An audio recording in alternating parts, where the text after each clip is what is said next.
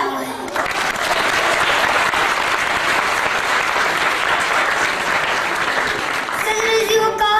मैं वक्त की राह गुजर में खड़ा हूँ, मेरे सामने रोज़ो शब का उरूजो ज़वाल, लैलो नहार की तवील तारीख है, बुनियादी इंसानी रवैये, कौमों की तकदीरें और अखलाकियात की तबाही मेरे मासूम तमन्नाओं के खूबसूरत कमल को समी पोस कर रहे हैं।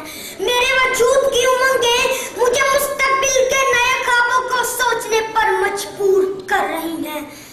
सूर्य वाला मेरी फहमो फ्रास एक लम्हे को डगमगाती है।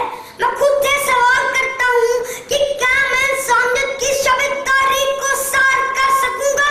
क्या मैं आज का बच्चा कल का मेहमान इस कौम की तमीर कर सकूंगा?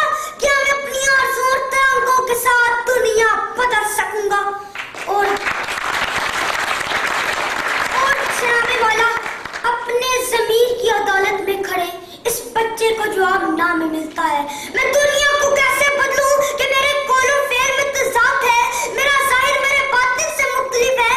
मैं अमीर और गरीब के साथ यकसा सलूक नहीं करता, मैं गोरे को काले से मुमताज समझता हूँ। और सबसे बढ़कर ये कि जनाबे वाला मैं अल्लाह और उसके रसूल पर तवक्कुल रखने की बजाय दुनियावी ताकत पर यकीन रखता हूँ।